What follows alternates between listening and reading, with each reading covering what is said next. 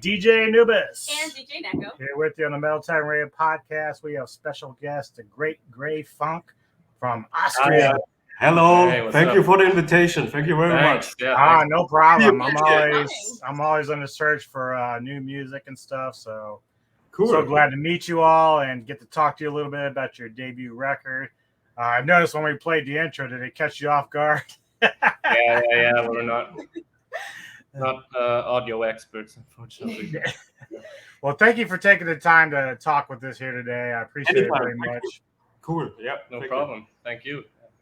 From a little bit from the research I was doing and reading up on you all, this album was sort of kind of like born out of the pandemic and everything. So can you kind of give us a breakdown of how you all became to be and what the process was for creating this record? It was Yola and I. We were starting together, and it was a bit of, I think, my idea in a way, a little bit. Yeah. And then through the pandemic, we all just started to develop the idea more and more. And then, through the pandemic, it's just happened in this time. But we would do it anyway, I guess. So was just unfortunate, actually. But we were quite productive. It was actually quite good for us because we could really focus on just doing it, So. Were you all doing other projects before this, or is this just kind of like came to be? Well, they were going to music school, I suppose, together. So they had lots of jazz, I guess, and stuff like that to play. So, and I found them via Facebook. I used to play in a bunch of different bands, but nothing that ever reached the professionalism that we try to. So there you go. Okay. Now the sound for the Great Grey Funk, would doom rock be accurate in terms of like what your genre is or sound that you're creating? I don't know. It was like dark. It has to be dark in a way, and we want to make, I don't know, doomy rock a little bit. But it was like we just wrote the music and then we decided what it is actually. So it was. We just knew that we wanted to do something eerie and dark. And afterwards, after the record, we said, okay, how do we call this music actually? And so we say dark rock. So that's dark rock. Okay. Somewhere, there's a bit of metal, pop, stoner, so it's hard to me it kind of has like that almost classic rock vibe I like about the 70s. I don't know why it just comes out. That's some prog stuff there too. And the record, it's getting some pretty good praise, so you got to feel pretty good about that so far. So far so good. People seem to like it, which surprises me a lot, actually. No, it's wonderful. It's you're too close to the material to even be able to tell if it's a good thing or not. It's just you're too close. So they often say musicians are their harshest critics for themselves. So True. So what type of inspirations or influences do you all take into your music? We had this. It's funny because it's all like Chelsea Wolf, if you know, or Depeche Mode, or Danzig. So everyone a little bit in other band, but it's all in that dark area actually. But it's quite funny, right? So we tried to put a playlist together to inspire us at some point, but I'm not sure if anybody actually listened to the whole thing. But, I might have not done that. So I think everybody listens to a little bit different music, but we find the common denominator, if you will. That's where we meet. I think I read one review. Yola, your vocal work was compared to PJ Harvey. That's some pretty high praise there. So that's cool. Yeah. So obviously, two of you were in music school, and of course, Paul, you were already playing guitar and stuff. Was this always something you wanted to do as a career path, or just what was a hobby? Or I mean, it's a bit difficult. Of course, you want to do it professionally, and the goal is always to someday to make enough of it that you can maybe pay some of your rent. But I don't know. You have to be realistic nowadays, and I don't know. I can't see it at the moment that we could. It's really difficult to live from it because a band always you have to pay first, and then it's quite a bit of a way to get that money back which you paid into it. Mm-hmm. Yeah. But it's like, sorry. It's an investment. You invest a lot of time and money, and you hope it pans out. And it's so tough nowadays. Just the music life is difficult. You have to make your records, you have to tour, you have to market yourself, and it's not the same as years past where it feels like, I don't know. It felt like before the music industry, they would just start like in the 90s. They were like plucking people left and right and just promoting. But now a lot of artists, before they even get signed, I'm hearing the labels don't even want to sign people unless they already have a following. Yeah. They don't want to put any money into the bands until they have a following. And then they'll say, okay, we'll sign you. Yeah. Good point. I mean, we were quite lucky that our label is like a do it yourself type of thing, and so it's all in that everyone wants to do it, but no one expects to get rich from it or some way. And this is quite a good place because I read lots about music business and everything, and you can get to really really bad for bands or for creators actually, because there are always an industry behind it which just want to make money actually.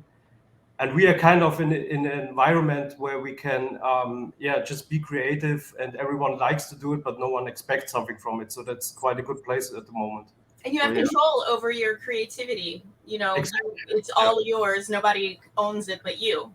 Yeah. Sure. Absolutely, yeah. Yeah, it's kind of like us. We, because we're not musicians or anything, but we do this for the love of the passion of the music that you all provide. So we put money into things, but we're not really making anything off of it. But we love it, so we do it. But it's always, who knows? Maybe you never know, right? You never know. Otherwise, we'll just be a wedding band. That pays. The great fun, right? Yeah, that's our wedding band. That'd actually be pretty cool, and I wouldn't mind seeing that at a wedding. Dark. Would you take requests? Yeah. Absolutely. Oh yeah. Absolutely. I do have a couple of tracks to play throughout our interview. I'm going to play one real quick. It's just a little quick clip of one of your songs. It's called Cortisol to kick off the record. Oh, cool. So here's a quick clip of that so people can get a taste of what you offer. Sounds good. Nice. Awesome. Thank you.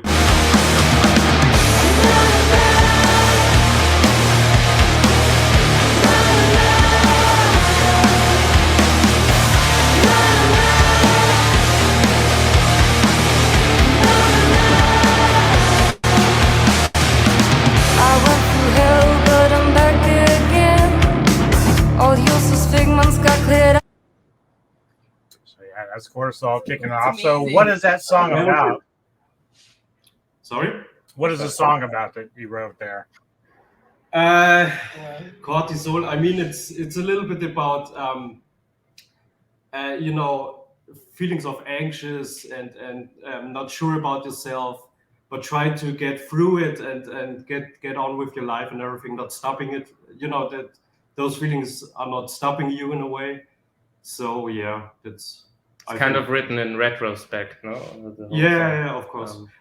Because cortisol is like a hormone, yes, right? Yes, which is with stress and everything. So that's like the topic actually, yeah, right. Oh wow. That's great. Yeah. That's kind of figures. No, it makes sense. You said you kind of came about this through the pandemic, and you're singing about stress, anxiety. So it's a good name. I like it. Yeah. When it comes to the collaboration of the band, is it mainly just a couple people, or is it just like a balance in there? But when you guys write your music, Super different. This this album was just kind of we just needed to get the songs we had out somehow, and those were mostly songs that were written by individual members, except for Faceless was written by Dave, our bass player, but we came up with some parts together. That was probably the most collaborative effort. And for the next songs, we'll see. It's gonna be a bit different, I think. But this time around, we just had this set of songs that we had rehearsed, and we knew to get rid of those, so to speak. And now we just get them out. Exactly. Are you all like locally to each other, or is there anything done remotely at all, or remotely? Oh, you mean? Well, like some bands we talk to, they have to do it. Like if they're like an hour away from each other, they send it through email and stuff. You know. No, we all live in Vienna, so very close. Very close, actually. Makes it easy. Makes it easy to collaborate. It's like 20 minutes from my home to yours by feet. Same from me. So it's pretty good. Vienna is pretty walkable. Oh wow, that's great. That is great. It's not walkable around our place. I never visited over there. I want to though. It is different. Are you all touring right now? Nope. On tour, I mean, kind of. It's because we don't have we didn't work with a booking agency so far. We just do everything on our own. And there are some gigs in the summer which we're gonna do.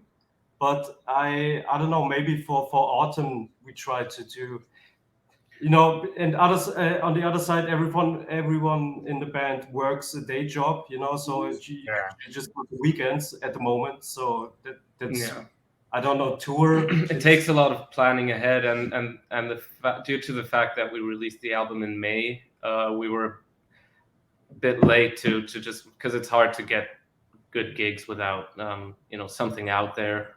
Right. And so the whole thing just didn't work out that well timing wise this year.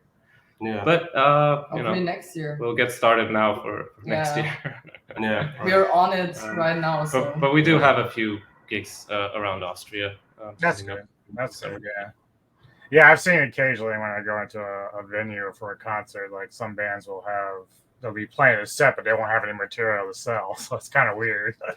Yeah, it's that weird kind of void that we're trying to overcome, I guess. Yeah, true. One thing I noticed about your debut record is that the type of sound it is like I know you saw it on vinyl. Was there ever like an intention to do that when you wrote the album? Because I know some albums translate much better on vinyl than any other format. Yeah. I just really love the way your sound comes across that way. So like buying vinyl is like something we kind of do a lot more now. We have a lot of vinyl. So was that something when you create your music that you might be thinking, well, this might be sounding great on this format, or is it just whatever happens? That's actually a great question. That's a great question. But go ahead. For me, like I never thought about it. Because I was like, okay, this is our first album, like who would buy that, that was like my kind of thinking.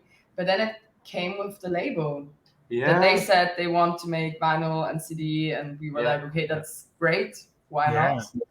But for me it never like appeared in my we head. knew that we'd gotten the label before we'd sent them the masters, so we had a little time to shuffle around the track list and come up with that interlude piece that kind of fits perfect for the vinyl. Yeah, exactly. When you turn the record, it starts with that, or it ends. I'm not sure. But anyway, I remember. Separates the two. I remember we were like when we were finishing a lot of songs, and we were in the decision: should we do an EP first, or what are we gonna do? And then the bassist and David and I, we said, we're gonna invest money anyway, so let's make it already with a big record, a record. Full length, yeah. So then everyone said, okay, that's a good idea, and then we wanted to go over, a label, and let's put it on a physical thing and everything. So yeah, after a while, it was actually quite clear then. Awesome. Yeah. Vinyl. Thank you that you like it. It's awesome to hear. We love it. I read though, honestly, with vinyl, the vinyl sales are outpacing CD sales. Yeah. And because everybody either buys it digitally or streams music, but people who actually buy physical media, like we have so much vinyl, CDs, tapes, but we buy more vinyl than CDs now. Yeah. And we still have old vinyl from when we were younger too that we've saved, and vinyl lasts. It's cool. Yeah. It's more fancy than CDs. You're absolutely right. The you have great cover art and it's larger, and then you can open it and you see so much more. The CDs are smaller. I know they're more portable, but vinyl is a whole different experience. There are days that I just pop on a record and just clean or sit and read a book. I think so too, and I think every one of us. It's when you got something physical, also you want to look at the booklet. I hope, and I think, but I hope that never goes away, because it's the whole experience, right? Yeah. I agree. Definitely. Yeah. When you were shopping around for a label, did you find that difficult, or were they pretty fast on snatching you up? That was all you.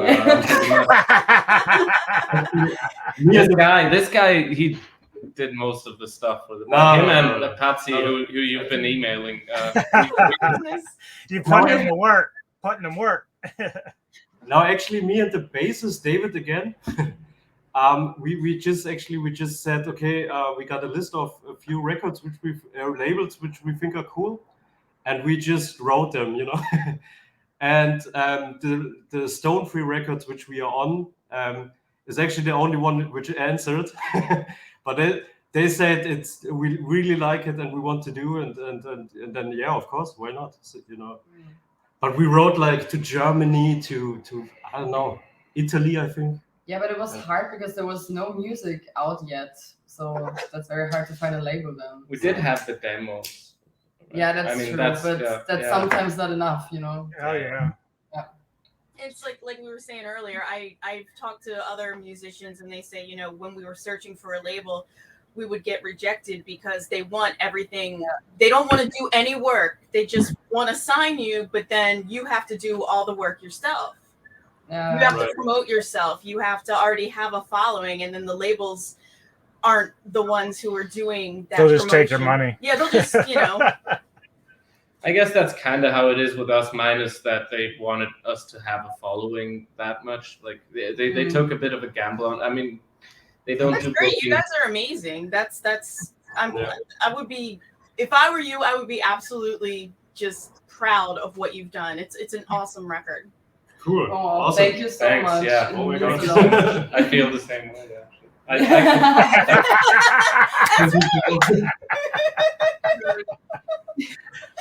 Well, you mentioned how each of you came in with your own songs for this particular record. Was it also the same way with the lyrics, or did Yola add those, or was it already all there for each song? Well, with the lyrics, it was kind of like there were a few songs, or most of the songs were already written completely, like the lyrics and mainly the parts from the vocals as well. I kind of sometimes did something different or whatever, but the lyrics was there every time, but not on Faceless. Faceless was the first song where I wrote lyrics and melody completely by myself. And I never did that before because I struggled with lyrics so much. But I think I'm getting better and better. And for all the new songs, I'm going to write lyrics as well. It's pretty good for a first song. I mean, Faceless is like the first song ever she wrote lyrics for. So. And So. Nice. But the material that was there for the other songs was just great, and I felt the lyrics as well from the first time I heard it, so it was perfect because I can feel it even though I didn't write it myself. So I kind of have a question to kind of piggyback on that, because as you're all musicians and everything, do you find yourselves at this point still kind of learning as you're going? Yeah. So much. Yeah. A lot. We all practice all the time, and I mean, I don't know. I mean, especially for like live concerts, I learn a lot, which all the things you have to do to play the concerts and everything, and everything what is behind getting shit out there and getting shit done. And yeah, it's for me first time that it's like on a professional level in a way. So yeah, same. yeah. For me as well, like the vocal technique and styles that I sing in that band, I didn't sing before a lot because I came from classical music, and then I did jazz and some of pop as well, but never ever anything into rock or metal. And I love it. For me, like, to listen to that music, it's the best for me. But I never like really sang it before, so I learn every time, and I do things now that I wouldn't expect of me. Like, so yeah, for me it's every time learning. Yeah. Awesome. Do you what would you say are like some of the pros and cons of the industry right now as a musician? Hui. The list is too long. I don't know. I can only think of cons, I think, right now. Industry. Yeah, because it changed so much. It's so easy to, like we said before, to stream music for free and everything. Like, you don't see any money anymore that easily. I don't know. But yeah. I have so little clue about the business side of things. I'm very naive in that way. I'm just very happy that we have a record out. And that was like all I wanted to do. So. You had your first goal. Yeah. Like I never expected any money from that. I guess. But you know. I mean, we're operating on a small level, you know. I mean, if you read about stuff and if you try to figure out some stuff, you just see that it's quite not fair, everything going on, because I think artists should be paid more for what they do. Actually, that's what I think, and that's what's going on. Is just somehow labels getting away, cashing all in a way. What I think, and I don't know. I mean, we just on a small level. I don't know how it is with bigger bands and everything, but you know, we're not in a position to say we operate with a lot of money and everything. But I think we should change a lot. We're at the moment in time where we should do the next step and make it more fair, you know, in my opinion. Yeah. There have been larger bands, larger even pop artists. They've taken their stuff off of Spotify. They said we're not going to stream. It's even for me, it's not worth it. And speak to other bands, especially like, you know, the local bands around here. Yeah, they do get paid to perform at a festival or perform at a club, but the way that they're making money is through selling their merchandise, through marketing, and that's how they actually make more money. They cut costs. You know, they're not staying in fancy hotels. They all share a room so that it doesn't have to be like eating into their profits. And I agree with you. It's sad that, you know, you'll drive, I don't know, 100 miles to the next place. They pay you hardly anything, and you are just kind of like between, if it's a large band, you're splitting it between multiple people. It's hard. It really is. And that's one of the reasons we kind of do this too, is every time we discover new bands, we really want to try to like share it on our social media. We want to share it with our friends, and we have a YouTube, so we're putting everything up on YouTube, so it's easy for people to see like, hey, this new music is out there. You just really need to give it a shot. I mean, that what you guys are doing is awesome. That's what we need, you know. That's what everyone needs. Especially in Austria, it's so hard. I guess that Americans don't have that sort of perspective, but as an Austrian band, to get accepted by Austrians is not that easy. Really? Yeah, maybe. I don't know. I feel like, well, I don't know. I can't compare it that much. Plus, we sing in English. Oh, okay. Oh, really? So you find like a bit of a barrier there with that? You mean like on a big mainstream level? Yeah. I mean, if you want, like in the German-speaking countries, if you want to really get the money, really make millions of dollars of euros, you really have to make like I don't know. In your country, it would be country, and for us it's called Schlager in a way, right? Yeah. But it's really creepy how much the same Schlager is similar to country. Like it's techno beats, but they kind of think it's traditional music, like not really, like the way that country isn't country. Yeah. It's not folk But- music. but you- the modern country compared to like old school bluegrass is Exactly, yeah, it's exactly the same thing. Yeah, but I always when I see bands which make like alternative music or rock music, metal music, and I see that they are successful, I'm so happy for them. You know, I'm so glad. Okay, maybe there is a possibility to do it in a good way, in a way for to make a living of it. You know, but like I said, we're not in a position yet. I don't know. So Yeah, rock and metal has been always tough for making a lot of money unless you're like, you know, Metallica or something where you've already established yourself. But yeah, I see so many bands that I think are just so great, such as yourselves, and like I'm hoping for like the best, you know, so you can get up there and make that kind of money. But it's tough in this genre. But like you said earlier, it's you got to have the passion for this particular type of music because otherwise, why are you doing it? You know I feel like metal is more popular in Europe than it is here. Oh, I it mean, is. We do have pockets, and Maryland actually has a very good metal scene. But we'll go out of state to a different place, and it's not no metal, no rock. It's a lot of country, as you said. It's this is a very country heavy. Yeah. I mean, that's the thing. What I think is really interesting in Europe and also in Austria is there's so much going on in the underground. Mm-hmm.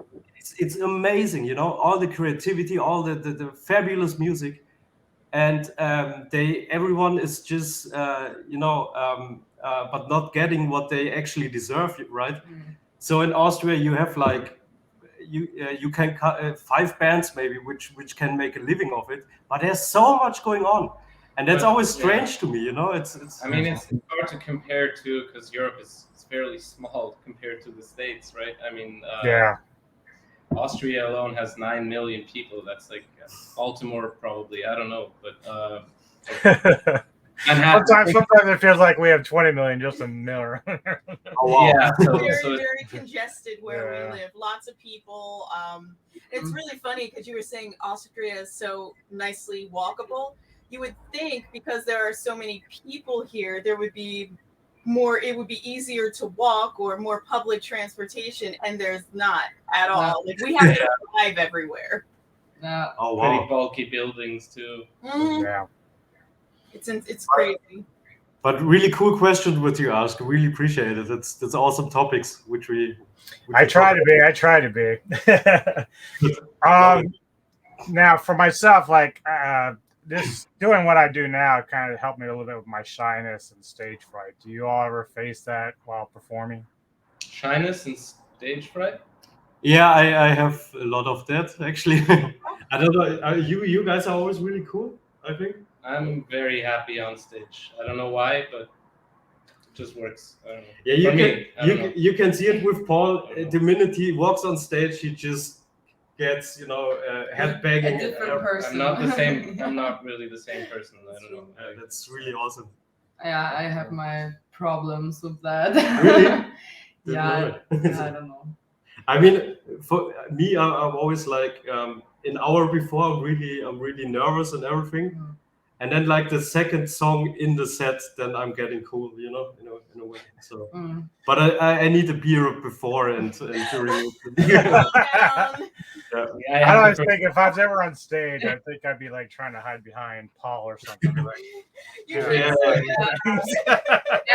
as a lead singer, you can't do that. Right. And that's so hard for me because I don't want to be the center of attention, and I am kind of sometimes, and I don't like it. Well, what was it Jim Morrison used to do? He used to like turn around and face the drummer or something. Just when he face the audience. Oh, there's a great band. There's a great band in Britain. I think they call Dragged into Sunlight. I don't know if you know.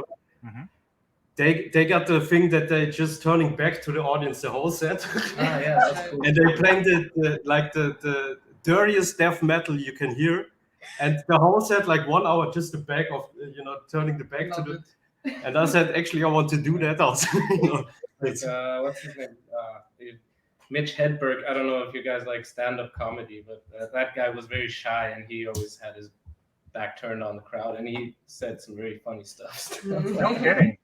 Huh. So, as long as you make it a thing, I think you can work with the stage fright. Even you don't have to be funny, or don't have to be Dave Grohl, and it's fine as long as you're authentic to yourself. Yeah, right. And I mean, in our case, we just played like, I don't know, 8 gigs, 7 gigs maybe. Yeah. So we working on getting our act, what we want to do actually, because we are not actually that kind of band which clap your hands and everybody. We just want to play the music. So we always figuring out what we want to do, and I don't know. So we started using samplers between songs and stuff. We're trying to expand the show nice. in a way that doesn't really necessitate us talking too much. That'd probably be me too. Like, I'd probably just get on stage, play all the songs. Like, it'd take you like 10 minutes. I'll be done. Okay, thanks. Gotta go. I love that touch. That too with other bands that, sometimes when you have a gig, they only give you 20, 30 minutes and they don't want to talk. They want to just try and put as many songs as possible. So they're like, okay, next song. Exactly. Yeah, that's how the guys that did our intro and outro music, they do that. They just get on stage and rip it. They don't care. Yeah, that sounded pretty heavy though. That was good. Oh yeah, they're great. They're actually kind of started out where you were out here, and then they did manage to play Maryland Death Fest last year, so they're starting to kind of build. What are they called now? Huh? What's the band's name? Nomos. Nomos. Okay, okay, yeah. They're like a death grindcore type of band. Awesome. But I did another question to follow up with Yola. Like, since you do kind of face the stage fright, I know some singers will kind of like stare at a certain spot when they're singing. Is that something you find yourself doing? Yeah. Sorry, the connection was. So the connection was. Can you repeat the question? Do you find yourself kind of like looking at a certain spot out in the audience when you're singing? Well, like the last 2 shows, I always closed my eyes. I don't look anywhere. I don't know. But all the pictures, we have so many pictures from our release gig that a friend took. Many pictures, so many pictures, and my eyes are always closed. And then I just realized, I was like, okay, that's so true. I always close my eyes, but sometimes I look into the audience or I stare like to the first row, to the ground or something. But yeah, I never look like straight ahead or It's always somebody Yeah, I don't like that. That probably helps. Because they're smiling at me and then I need to smile, but Well, it's probably not a bad idea to close your eyes, because then you can kind of engulf yourself in the movement and the motion of it all, and not be that nervous. Right. Not seeing the people and stuff. Yeah. All right, I'm gonna play another quick track for you. This is actually my favorite track off the record. It's a little piece called "Vacuum Thoughts." Oh, awesome, nice. Thank you. Cool.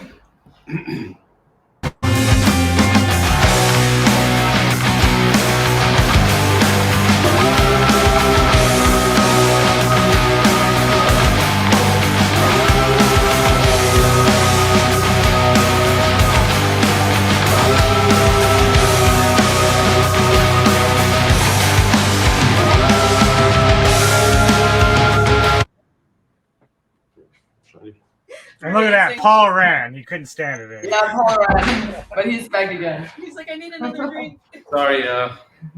That's all right. To turn on the oven, can you turn on the old cookout? Yeah, I really, really love that song, especially that part of it. It's almost haunting the way your voice. That's the wacky part, isn't it? Thank you. I was saying to him while it was playing, I was like, it's so trippy. Yeah. Like. Yeah. All right. Yeah. So what is the theme behind that particular track? Vacuum thoughts. Yeah, Eugen wrote it. So I mean, in the end, we all wrote it together. Yeah, no, but I mean like the lyrics. Lyrics. I mean, working thoughts is also like a little bit when you in your own bubble mentally. And I think I wrote it when I was pretty young, and I just wanted to go out from where I was, and and everything. When did you write that? I mean, I was like 15 or something. Really? Yeah. Wow. And at the moment, I just wanted to leave my city and everything in the city, which I thought is bullshit, what they're telling me, and I don't know, making your way and just going your path in your own bubble in a way. That's what it's about. And that's also cool with the music, because it's a little bit like a road music for me, like a road rock song in a way. So yeah. And then we could make it a bit dark, together. So yeah, something like this. I don't know. I can totally relate. That's a song that I can totally relate with the, like your own path type thing. It's definitely something. I mean, Where Comfort, I think the title is pretty interesting because actually a lot of people, everyone does have his own bubble, mentally. So yeah, a little bit to it. I don't know. But you have to look up the lyrics. Yeah. So what is the scene like out there in terms of, like, do you have like favorite venues? How do you get like a lot of is the metal scene pretty good out there with Austria? Yeah, there's some cool, at least in Vienna, there's some very cool venues and some cool bands. We recently played in Arena, which is a nice venue. Yeah, it's a perfect place for that kind of music. Yeah, it's awesome. And there's a lot of cool clubs that we can play at. I think also in Vienna you got like a really big metal scene going on actually, and a metal scene which appreciate every metal from all around the world. When, for example, Gojira played here. Oh, great band! They're playing here next week at Arena. Oh, in 2 weeks. On 2 weeks. And I never saw a crazy crowd like this. It was so awesome. So metal music is really appreciated in Austria, and we got like, I don't know, 3 clubs or something. Always great music. We did play a metal gig recently with like 2 legit metal bands. Oh yeah, right. These what were they called? Cryptos. Yeah, they were this Indian heavy metal. No Indian influence, but from India. Yeah. Like sounded pretty Iron Manowar-ish, I suppose. Oh, okay. And the crowd was proper metalheads, with the cut off jean jackets and all the stuff. And I'm not so sure how much they loved our stuff. But they were. Yeah. We were the weird. They didn't boo us out. We were kind of like a weird lineup, different types of styles there.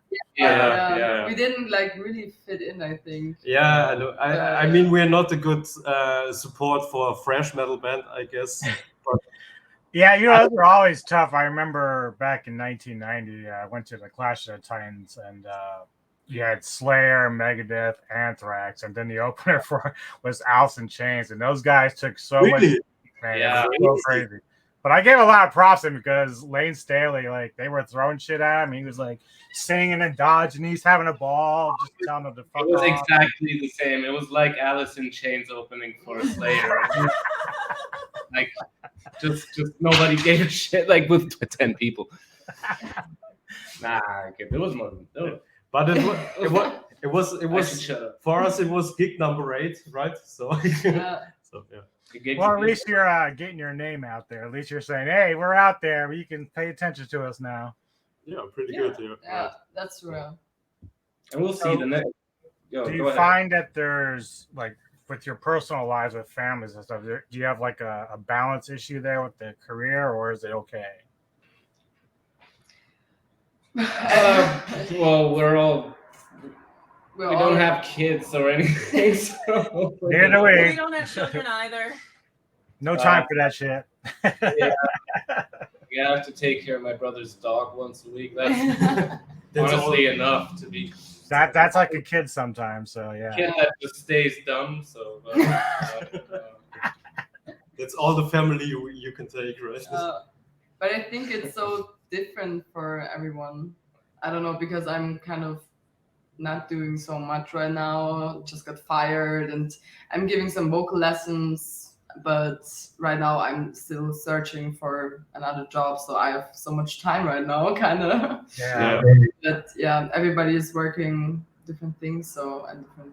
Yeah, it is in all honesty, you have to prioritize the band, I guess, in some way to make it work. Like, I do have a job and stuff that I need to take care of, but I mean, friends of mine, for example, in my age, in a town where I grew up, they're more like, I have a job and I make a family and I pay off the house, and that's their priority.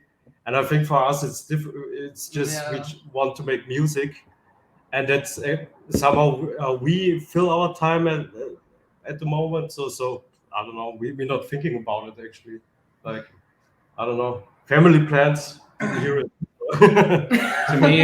to me it's all about being like, I have the job, which I like. No, it's not what I'm trying to say, but still, it's kind of there to make me be able to do music stuff, like to pay for our music. Just kind of, that's the way it is until the music pays for itself. Right, Well, exactly. I understand. I mean, we are quite different as well from our families and our friends. We do have a house. We got married. We bought a house, and we kind of fill our time enjoying music and traveling a little bit here and there. Other people that we know, they fill their time differently. They have kids activities and sports and school things, and I know it's hard for us sometimes because we're just looked a little differently. People are like, oh, you're filling your time in a way that is, I guess, not acceptable for adults. Yeah, I'm okay with that. We're okay with that. We're fine with that. We enjoy being on the what do you call the outskirts? I think we all understand that struggle. I mean, it's just your parents, right? To the family, whatever. Explain to them what you're doing. It's just too foreign for them. Yeah, so, I think I learned at a young age that I was gonna be involved with music in one way or the other. Like, this was always my thing. It's in my blood, as they say. It's just can't get it out. And he and I both kind of had very conservative parents. So growing up, I mean, my parents were not like against music or anything like that, but a lot of these bands that we like, my parents don't even understand or care. They think we're these wild party animals and we're going out trash every night. And I'm like, I do work, I get up at 5 a.m. But the whole thing, like, this is our lower level, and like we have all the posters and stuff. He was never allowed to have posters or buy a lot of music or anything when he was a kid. So we really tried to like embrace that, like to really embrace like stuff that we love. Never let them tell you that once you hit 53, you can't live your life. Exactly. Awesome. So is there any aspirations for your band to play like a major festival? Like what kind of dreams do you have in that regard? Oh, there's a lot of festivals over there too. Rockin'. Oh yeah. Downloads over there, I think too. I think our midterm goal is sort of to open maybe for some bigger bands for now, and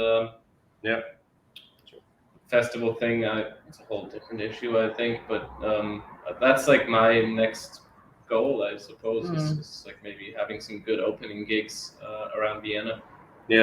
And the festival season, we'd like to do it next year a lot more, but it's a summer thing mostly.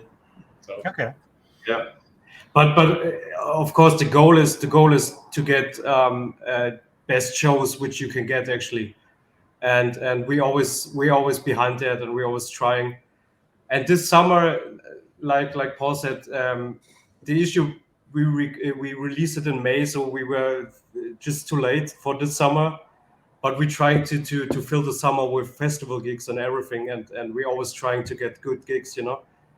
And yeah, and in every gig with it we fitting is more awesome, you know. When there's like a big setup for that kind of music in a way, awesome.